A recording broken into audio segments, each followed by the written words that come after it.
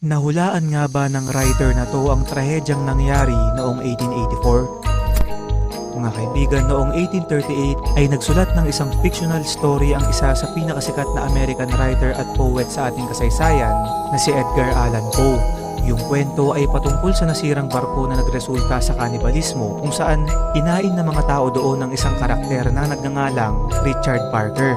Ang nakakapagtaka dito, makalipas ang 46 na taon, 1884, ay may nangyari talagang isang aksidente na nagresulta ng pagkasira ng barkong nagngangalang Mignonette na dahilan upang sila ay mastak doon sa dagat sa loob ng 3 linggo. At dahil wala na silang makain ay napag-isipan ng 4 na crew ng barko na kainin ang isa sa mga cabin boy nila. At ang nakakapangilabot dito, yung pangalan ng bata ay kaparehas ng nasa kwento ni Edgar Allan Poe na Richard Parker.